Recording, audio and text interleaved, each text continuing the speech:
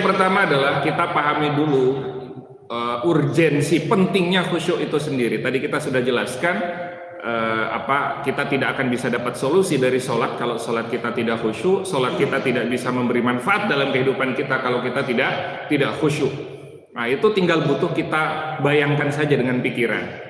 Itu yang pertama, untuk memotivasi kita berusaha untuk khusyuk. Tapi kalau yang dimaksud adalah kita berusaha untuk khusyuk tapi sulit untuk khusyuk, maka jawabannya adalah dimulai secara bertahap bagaimana mengkondisikan hati. Jadi poinnya adalah mengkondisikan hati, bukan sekedar mengkondisikan fisik. Kenapa sunnah sholat melihat ke tempat sujud? Itu membantu mengkondisikan hati biar tidak terganggu dengan apa yang ada di kanan dan kirinya. Artinya kalau maksudnya itu ketika kita mau sujud, bagaimana sajadahnya itu tidak warna-warni, tidak aneh-aneh gitu ya. Nah, itu berarti membantu ketika kita bawa lebih luas konteksnya itu. Ketika kita sulit untuk bisa khusyuk kalau ada gambar-gambar di depan kita, ada ukiran-ukiran depan kita, maka bagaimana kita mungkin bawa sajadah yang polos gitu ya. Bawa sajadah yang polos, yang kecil itu untuk menutup tempat sujud supaya kita bisa fokus. Itu sebagai satu contoh.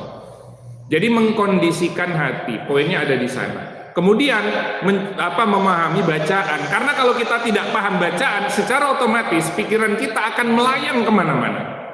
Kalau kita tidak paham bacaan. Setelah kita paham bacaannya, baru kita tadaburi dan bayangkan.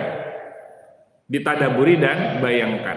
Bayangkan bagaimana? Ya tadi, membayangkan dosakah, atau membayangkan berdiri, sedang berdiri di padang mahsyarkah. Ketika kita ruku, membayangkan semua beban-beban dosa yang ada di pundak kita kah, dan seterusnya dan seterusnya. Maka dengan tadabbur seperti itu akan membantu hati kita untuk bisa khusyuk. Kalau hati sudah khusyuk, anggota tubuh akan ikut. Nah, itu tahapan-tahapannya. Dimulai dari perannya, persiapannya, menyiapkan kondisi hati, memahami bacaan, tadabbur, baru kemudian yang terakhir membayangkan dalam pikiran. Wallahu a'lam.